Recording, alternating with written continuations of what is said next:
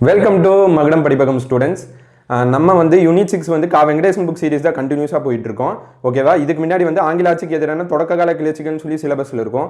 அதுவே நம்ம ஃபுல்லாக முடிச்சிட்டோம். பாளையக்காரர், வேலூர் புரட்சி இதெல்லாமே முடிச்சிட்டோம். அடுத்து தமிழ்நாட்டு விடுதலை போராட்டம்னு சொல்லி எம்என்ஏ மெட்ராஸ் நேட்டிவ் அசோசியேஷன்லேருந்து கண்டினியூஸாக பார்த்துட்டு இருக்கோம். இப்போ வந்து அதில் வந்து மிதவாதி, தீவிரவாதி இதெல்லாம் பார்த்துருந்தோம். இப்போ புரட்சிகரவாதிகள் வந்து போன பாட்டில் பார்த்துருந்தோம். கொஞ்சம் டிலே ஆயிடுச்சு, கொஞ்சம் ஹெல்த் இஷ்யூனால கொஞ்சம் வீடியோஸ்க்கு வந்து டிலே ஆயிடுச்சு. இனி ஃபர்தராக வந்து நம்ம கண்டினியூஸாக வீடியோ கொடுக்கலாம். கண்டினியூஸாக ஃபாலோ பண்ணி சப்போர்ட் பண்ணுங்கள். உங்களுக்கு நீங்கள் வந்து முந்தின வீடியோஸ் எல்லாம் பார்க்கல, இப்போ தான் நம்ம யூடியூப் சேனலில் புதுசாக பார்க்குறீங்கன்னா சப்ஸ்கிரைப் பண்ணிக்கோங்க. கீழே போயிட்டு நீங்கள் பிளேலிஸ்ட் போனீங்கன்னா லைனாக இருக்கும். பாளையக்காரிலேருந்து தான் நான் படிக்கணும், ப்ராப்பராக படிக்கணும்னு நினச்சிங்கன்னா அங்கேருந்து படிச்சுட்டு வாங்க. ஓகேவா? இதே மாதிரி நம்ம வந்து குவாலிட்டியான கிளாஸஸ் வந்து தமிழுக்கும் கொடுத்துட்ருக்கோம். அதாவது நம்ம இலக்கணம் இல்லாமல் நீங்கள் எங்கெல்லாம் படிக்க கஷ்டப்படுறீங்களோ, ஏன்னா இலக்கணம் வந்து எல்லாருமே எடுப்பாங்க, எல்லாரும் படிக்கக்கூடியது தான், கான்செப்ட் ஓரியன்டேடு தான். நம்ம வந்து மனப்பாட பகுதிகள் மட்டும் ஒரு 13 மனப்பாட பகுதிகள் மட்டும் ஃபோக்கஸ் பண்ணி தரவாக தெளிவாக எடுத்துகிட்டு இருக்கோம். இது வரைக்கும் நம்ம பார்த்தீங்க அப்படின்னா ஒரு 3 சப்ஜெக்ட் வந்து ஓரளவுக்கு நம்ம கம்ப்ளீட் பண்ணியிருக்கோம். ஃபர்ஸ்ட் வந்து சட்டம் வந்து நம்ம 80% கம்ப்ளீட் பண்ணிட்டோம். யாருமே எந்த அகாடமியுமே பண்ணாததை நம்ம ஃபர்ஸ்ட் டைம் தமிழ்நாட்டில் இருக்கிற அகாடமியில் நம்ம பண்ணியிருக்கோம். அதை நம்ம தைரியமாக சொல்லுவோம். தகவல் தொழில்நுட்பம், ஆட்சி சொற்கள் இதெல்லாம் A to D முடிச்சிருக்கோம். அனலைஸ் பண்ணி எந்த வேர்ட்ஸ் அதிகமாக கேட்குறாங்க, போன வருஷத்தில் எந்த வேர்ட்ஸ் அதிகமாக கேட்டாங்கன்னு பார்த்து அதை அனலைஸ் பண்ணி எடுத்துகிட்டு வந்து ஃபஸ்ட்டு நடத்திட்டு இருக்கோம். தெளிவாக இருக்கும். பார்த்தீங்கன்னாவே இமேஜ் வச்சு படிக்கிற மாதிரி இருக்கும். கீழே கான்டாக்ட் டீடைல்ஸு, ஆப்புக்கான லிங்க் எல்லாமே நான் கீழே வைக்கிறேன். ஃபர்தராக உங்களுக்கு ஏதாச்சும் வேணும் அப்படின்னா, டீடைல்ஸ் வேணும்னா நீங்கள் கான்டாக்ட் நம்பர் டிஸ்கிரிப்ஷனில் இருக்குது. ப்ளஸ் டெமோ கிளாஸஸும் நான் கீழே வைக்கிறேன், பாருங்கள். ஓகேவா? இப்போ நம்ம கிளாஸ்க்குள்ளே போகலாம். போன கிளாஸில் நம்ம என்ன பார்த்துருந்தோம்? நீலகண்ட பிரம்மச்சாரி, வாவேசு ஐயர் பார்த்துருந்தோம். இவங்களும் வந்து புரட்சிகரவாதிகள் தான்.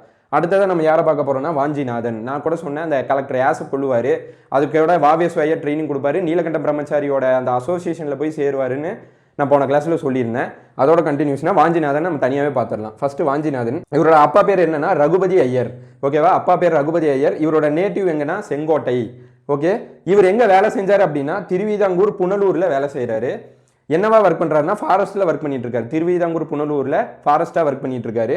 அடுத்து இவரோட மெயின் டேர்னிங் பாயிண்ட் எங்கே, நம்ம மெயினான விஷயம் இவர் என்ன பார்க்கணும்னா இந்த யாசோட படுகொலை எதுக்காக பண்ணுறாரு அப்படின்னா, வஉசியும் சுப்பிரமணிய சிவாவும் வந்து அரெஸ்ட் பண்ணுவாங்கன்னு நான் சொல்லியிருந்தேன். ஓகேவா? அரெஸ்ட் பண்ணி இவரை செக்கலை இழுக்க வைப்பாங்க, 2 பேர்த்த ஜெயிலில் போட்டுருவாங்க, ரொம்ப கொடுமை பண்ணுவாங்க. இந்த பார்த்துட்டு வந்து இவர் பிரிட்டிஷ் மேலே வந்து இவருக்கு ரொம்ப கோபம் ஏற்படுது. ஓகேவா? இதுதான் இவர் வந்து யாஷை கொலை பண்ணுறதுக்கான முதல் ஸ்டெப்பு.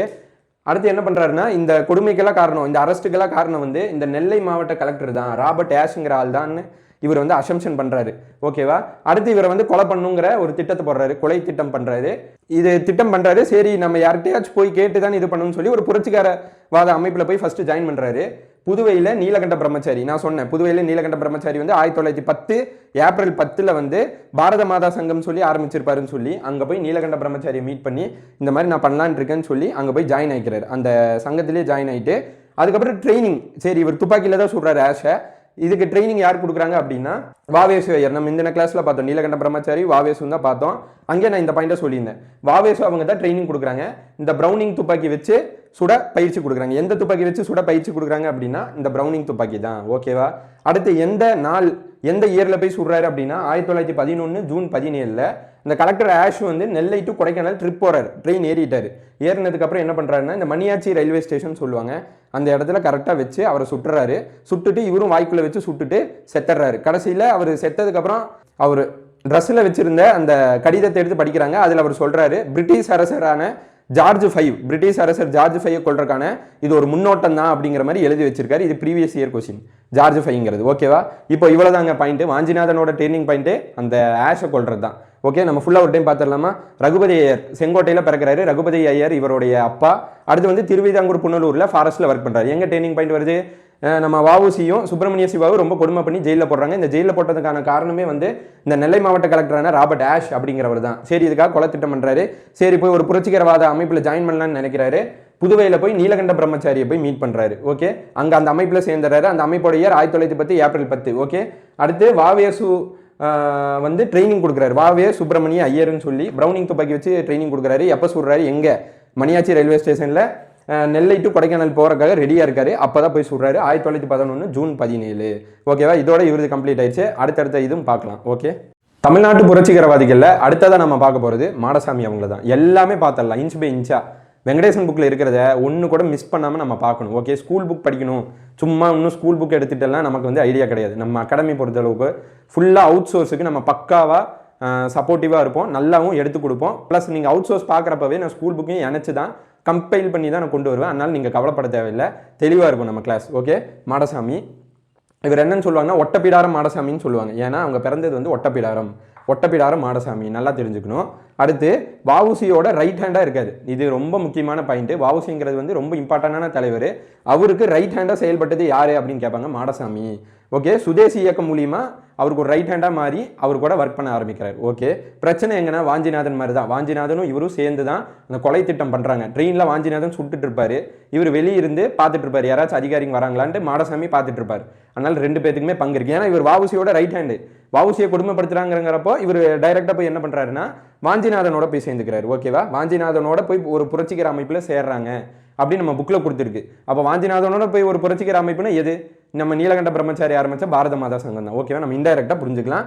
கொடுமைப்படுத்துறதுனால டைரெக்டாக போய் எங்கே ஜாயின் ஆயிடுறாரு. நெக்ஸ்ட்டு ஆஷ் படுகொலை, அந்த ஆஷ் படுகொலையில் இவர் பங்கெடுத்துக்கிறாரு. பங்கெடுத்துட்டு அவர் வந்து சுட்டுக்கிறாரு வாஞ்சிநாதன். இவர் சுட்டுக்கல, தலைமறை ஆயிடுறாரு. போலீஸ் வந்து பயங்கரமாக வந்து தேட ஆரம்பிக்குது.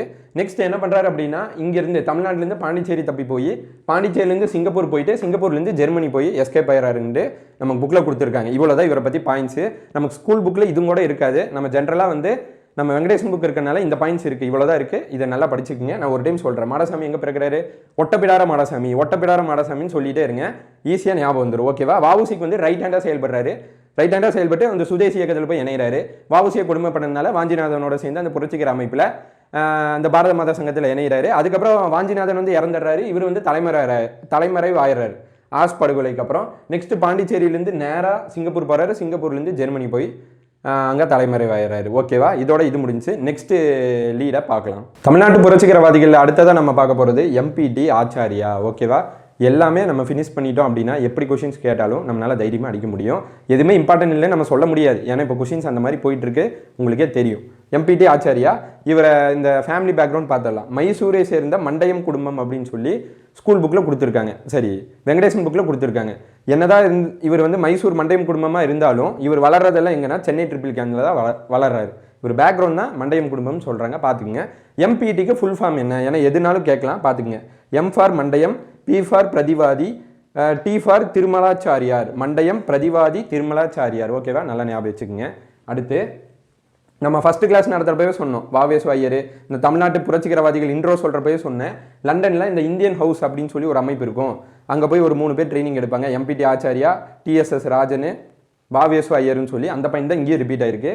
லண்டன் இந்தியா ஹவுஸ் போயிட்டு வாவேசு ஐயர், டிஎஸ்எஸ் ராஜன், இவரும் தமிழ்நாட்டை சேர்ந்த புரட்சிகரவாதிகளில் இம்பார்ட்டண்டான ஆள் தான். நான் ஃபஸ்ட் கிளாஸ்லேயே சொல்லியிருக்கேன். சப்போஸ் தெரில இந்த டிஎஸ்எஸ் ராஜனில் புதுசாக இருக்குன்னா ஃபஸ்ட் கிளாஸ்லேருந்து பார்த்துட்டே வாங்க, உங்களுக்கு ஒரு தெளிவான புரிதல் கிடைக்கும். ஓகே, இந்த வாவேசு ஐயர், டிஎஸ்எஸ் ராஜன், இவர் எம்பிடி ஆச்சாரியா 3 பேர் சேர்ந்து இந்த இந்தியன் ஹவுஸில் தங்கி ரொம்ப தீவிரமாக ட்ரைனிங் எடுத்துக்கிறாங்க. இந்த 3 பேர் தான் ரொம்ப இம்பார்ட்டன்ட் நம்ம புரட்சிகரவாதிகள் தமிழ்நாட்டில். ஓகே, ஸ்கூல் புக்கில் டைரெக்டாக இந்த 3 பேர்த்தோட பேர் தான் கொடுத்துருப்பாங்க. அடுத்து வந்து தூத்துக்குடியில் குருநாத ஐயர், அடுத்தது இவரை பார்ப்போம். குருநாத ஐயரை அடுத்தது பார்ப்போம். செண்பகராமன் இவரையும் அடுத்தது பார்ப்போம். ஓகேவா, தூத்துக்குடியில் இந்த 2 பேரோட சேர்ந்து பெர்லின் முகாம் சொல்லி இது வந்து ஒரு புரட்சிகரவாத அமைப்பு தான். இவங்க 2 பேரும் தமிழ்நாட்டை சேர்ந்த ஒரு புரட்சிகரவாதி தான். இந்த 2 பேரோட சேர்ந்து தூத்துக்குடியில் பெர்லின் முகாமில் தங்கி அங்கிருந்து ஆயுத புரட்சியை மேற்கொண்டு இந்தியாவுக்கு வந்து விடுதலை வாங்கி தர்றது தான் இவரோட எய்மாக இருந்துச்சு. கடைசி காலகட்டம் ஃபுல்லாக பெர்லின் முகாமில் தான் இருக்காரு. அது எங்கே இருக்குன்னா தூத்துக்குடியில். ஓகேவா, இப்போ எம்பிடி ஆச்சாரியை பற்றி ஃபுல்லாக பார்த்தலாமா. இவர் மைசூர் மண்டையம் குடும்பத்தை சேர்ந்தவர், சென்னை ட்ரிப்ளிகனில் வளர்றாரு. ஓகே, அடுத்து இவரோட ஃபுல் பேர் வந்து மண்டயம் பிரதிவாதி திருமலாச்சாரியார். அடுத்து வந்து இவர் லண்டன் இந்தியன் ஹவுஸில் வந்து இந்த 3 பேர் நான் சொன்னேன், வாவேசு ஐயர், எம்பிடி ஆச்சாரியா, டிஎஸ்எஸ் ராஜன் 3 பேர் தீவிரமாக தங்கி அங்கே வேலை செய்கிறாங்க.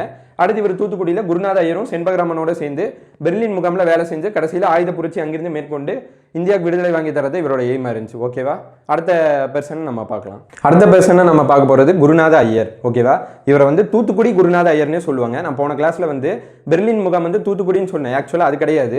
இவர் தூத்துக்குடி குருநாத ஐயர்னு சொல்லி நம்ம வெங்கடேசன் புக்கில் கொடுத்ததுனால நான் அதை அப்படியே எழுதிட்டேன். நடத்துகிறப்ப கொஞ்சம் இதாயிருச்சு, ஒன்றும் பிரச்சனை இல்லை. பெர்லின் ஹவுஸுங்கிறது வெளிநாட்டில் இருக்குது, பெர்லின் முகாம். ஓகேவா, இவரை என்னன்னு சொல்லுவாங்க, தூத்துக்குடியில் பிறந்ததுனால தூத்துக்குடி குருநாத ஐயர்னு சொல்லுவாங்க. நம்ம வாஞ்சிநாதன் எப்படி ஃபாரஸ்ட்டில் ஒர்க் பண்ணாரோ அந்த மாதிரி இவர் வந்து போலீஸாக ஒர்க் பண்ணுறாரு, போலீஸில் தலைமை காவலராக ஒர்க் பண்ணுறாரு. இவர் வேலையை வந்து ரிசைன் பண்ணுறாரு. என்ன ரீசன்னா வஉசி வந்து சுதேசி இயக்கத்தை தொடங்கினதுனால இங்கே தமிழ்நாட்டில், ஏன்னா அவரை சுற்றி தான் மேக்ஸிமம் ஆஃப் விஷயம் நடக்கும். ஏன்னா அவர் தான் கப்பல் வாங்கி விடுவார். நம்ம ஆஃபீஸை பார்த்தோம். நீங்கள் பார்க்கல அப்படின்னா முந்தின கிளாஸஸில் போய் பாருங்கள். நம்ம பிளேலிஸ்ட் இருக்கும், யூனிட் 6 வெங்கடேசன் புக் சீரிஸ்ன்னு இருக்கும். நீங்கள் அங்கே கூட போய் பார்த்துக்கலாம். ஓகேவா? லைனாக பார்த்துட்டு வாங்க. அப்போ தான் உங்களுக்கு ஒரு கோர்வையாக இருக்கும், ஒரு நல்ல புரிதல் கிடைக்கும்.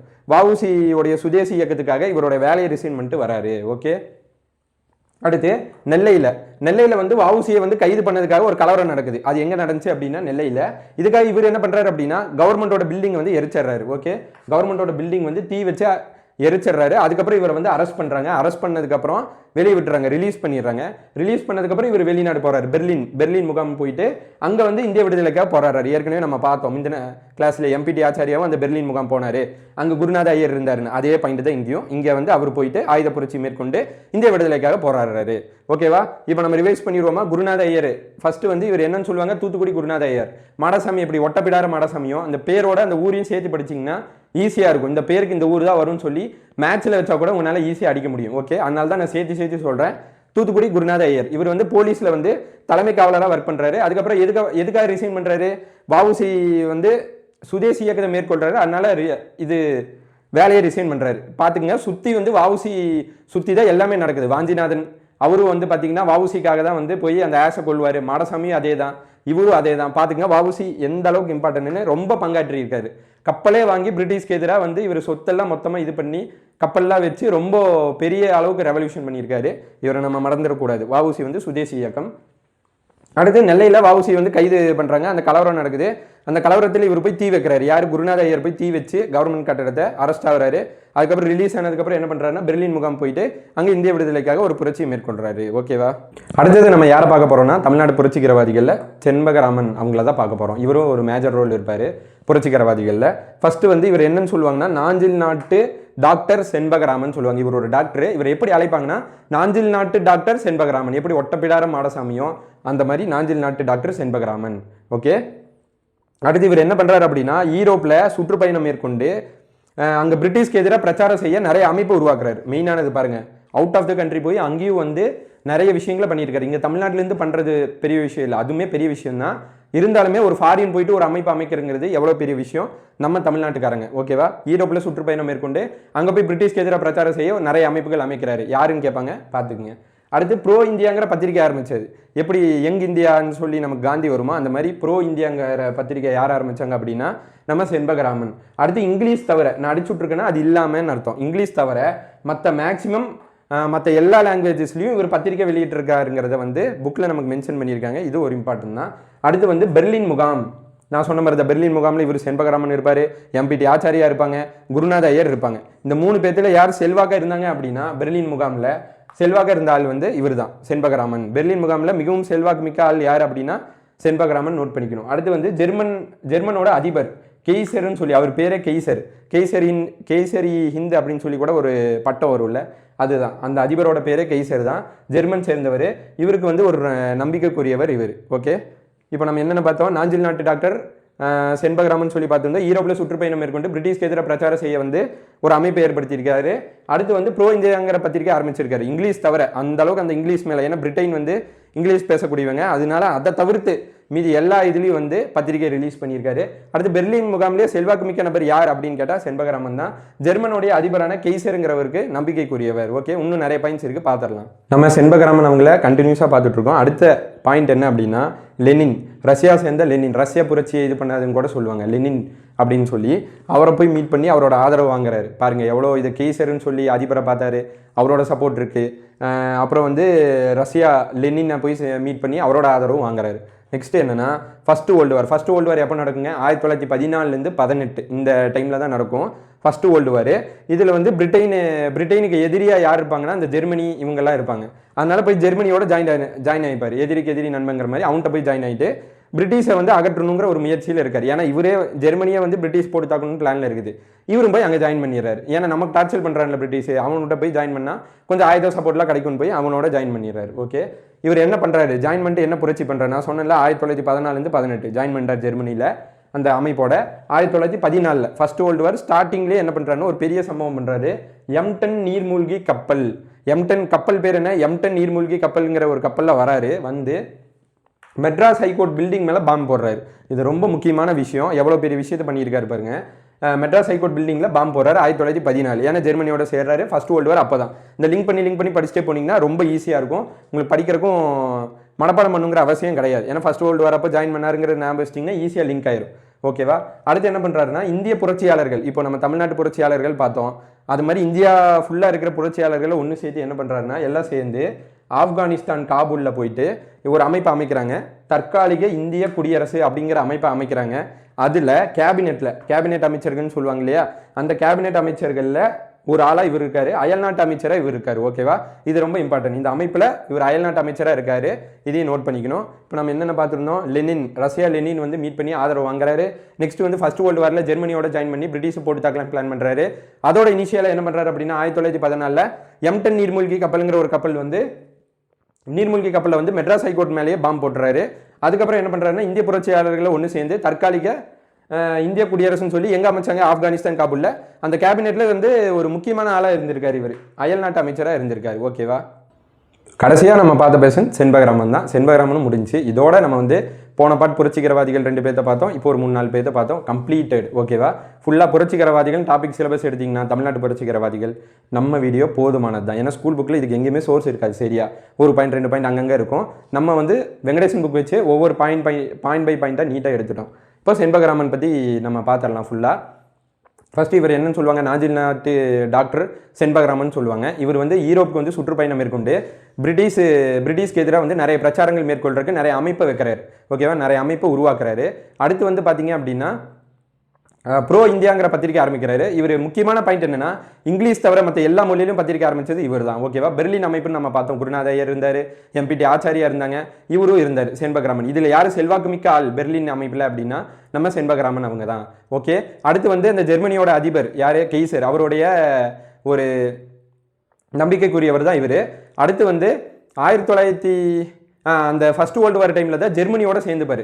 ஜெர்மனியோட சேர்ந்துட்டு இவங்களை தாக்கணும், ஏன்னா எதிரிக்கு எதிரி நண்பன்கிற மாதிரி இவங்க சேர்ந்துட்டு இவங்களுக்கும் பிரிட்டிஷ் தான் தாக்கணும், இவங்களுக்கும் பிரிட்டிஷ் தான் எய்ம், சேர்ந்துக்கிறாங்க.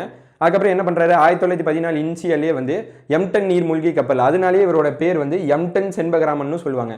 நாஞ்சில் நாட்டு டாக்டர் செண்பகராமன் சொன்னாலும் சரிதான், இந்த எம்டன் நீர்மூழ்கி கப்பலில் வந்து தானே மெட்ராஸ் ஹைகோர்ட் மேலே குண்டு போட்டார், அதனால ஃபேமஸ் ஆகிட்டாரு, எம்டன் செண்பகராமன் பேர் வந்துடுது. அடுத்து என்ன பண்ணுறாரு, இந்திய புரட்சியாளர்கள் எல்லாம் ஒன்று சேர்த்து இந்தியாவுக்கு வெளியே ஆப்கானிஸ்தான் காபூலில் வந்து இந்திய குடியரசு அப்படிங்கிற அந்த ஒரு அமைப்பை அமைச்சு அங்கே வந்து ஒரு கேபினெட்டில் ஒரு முக்கியமான ஆளாக இருக்கார், அயல்நாட்டு அமைச்சராக இருக்கார். ஓகேவா? இதோட முடிஞ்சு. இவருடைய பேர் வந்து எம்டன் செண்பகராமன். இதோட புரட்சிகரவாதிகள் முடிஞ்சு. நம்ம கிளாஸே எனஃப் தான். உங்களுக்கு both school book source book ரெண்டுமே கவர் பண்ணிடுவோம். நம்ம ஸ்கூல் புக் தான் பார்க்கணுன்ட்டு அப்படியே விட்டுற மாட்டோம். ரெண்டுமே பாயிண்ட் பை பாயிண்ட் மிஸ் ஆகாமல் பாலைக்காரர்லேருந்து புரட்சிகரவாதிகள் வரைக்கும் நீட்டாக முடிச்சாச்சு. நெக்ஸ்ட் நான் ஏதாவது டெஸ்ட் வைக்கலாமான்னு சொல்லியும் நான் பிளான் பண்ணுறேன், கண்டிப்பாக நான் சொல்கிறேன் அதுக்கு பற்றியும். நம்ம வந்து இதே மாதிரி குவாலிட்டியான கிளாஸஸ் வந்து நம்ம தமிழுக்கும் கொடுத்துட்ருக்கோம். அதாவது மனப்பாட பகுதிகள் நீங்கள் எங்கெல்லாம் படிக்க கஷ்டப்படுறீங்களோ அங்கெல்லாம் வந்து நீங்கள் படிக்கிற மாதிரி, அதாவது ஒவ்வொரு வீடியோ வந்து உங்களுக்கு ஒரு 15 20 நிமிஷம் ஷார்ட் அண்ட் ஸ்வீட்டாக நீங்கள் பார்க்குறப்பவே மைண்டில் ஏறும், ரிவிஷனோட சேர்த்து. இப்போ நான் எப்படி ரிவிஷன் பண்ணி உங்களை கொண்டு வந்தனோ அதே மாதிரி தான் எந்த கிளாஸ் எடுத்தாலும் தமிழும் நம்ம அந்த மாதிரி தான் ஆப்பில் கொண்டு போயிட்டு இருக்கோம். நம்ம கிளாஸஸ் ஃபுல்லாமே வந்து ஆப்பில் தான். ஆப்புக்கான லிங்க் நான் டிஸ்கிரிப்ஷனில் வைக்கிறேன். ஆப் கிளிக் பண்ணி உள்ளே போயிட்டீங்கன்னா சங்க தமிழ் பேட்ச்னு வரும். ஆஃபரும் போயிட்டுருக்கு. 600 தான் ஃபீஸு. பர் இயர் ஃபுல்லாமே கவர் ஆகும், நல்லாவும் இருக்கும், கிளாஸ் வர்த்தாகவும் இருக்கும். 13 டாபிக்ஸு. இதோட வந்து நம்ம 4வது சப்ஜெக்ட் இப்போ போயிட்டோம், கலைச்சொல்ல. இப்போ யாருமே இந்த அளவுக்கு பண்ணியிருக்க மாட்டாங்க. நம்ம ஒவ்வொரு வேர்டுக்கும் ஷார்ட்கட் வச்சு பொறுமையாக ஸ்லோ அண்ட் ஸ்டெடியாக இவ்வளோ தூரம் கொண்டு வந்துட்டோம். இப்போ டோட்டலாக 2 மாதம் தான் ஆச்சு. 2 மாதத்தில் இவ்வளோ முடிச்சிருக்கோம். சொற்பொருள் பார்த்தீங்கன்னா ஒரு 2000+ சொற்பொருள் தாண்டிட்டோம். எதுலன்னா தமிழ் அகர முதலிங்கிற புக்லேருந்து 2000 கலை சொற்பொருள் தாண்டிட்டோம். ஸ்கூல் புக்கும் நம்ம பார்க்க தான் போகிறோம். இந்த 13 டாபிக்கு ஸ்கூல் புக்கும் தான் வரும். பழமொழி 400 வந்து ஒரு 100 பக்கமாக முடிச்சிட்டோம். அடுத்து பழமொழிகள் இருக்குது. மயங்கொல்லி வந்து தமிழ் சொல் விளக்கம்ங்கிற புக்கு முடிச்சிட்டோம். எல்லாமே இமேஜ் வச்சு அழகாக பார்க்க மைண்டில் ஏறும். நீங்கள் கஷ்டமே பட தேவையில்லை, நம்ம ஷூராக படிக்க வைப்போம். நீங்கள் நம்பி ஜாயின் பண்ணலாம். கீழே வந்து டெமோ கிளாஸஸ் இருக்குது, பாருங்கள். Thank you students.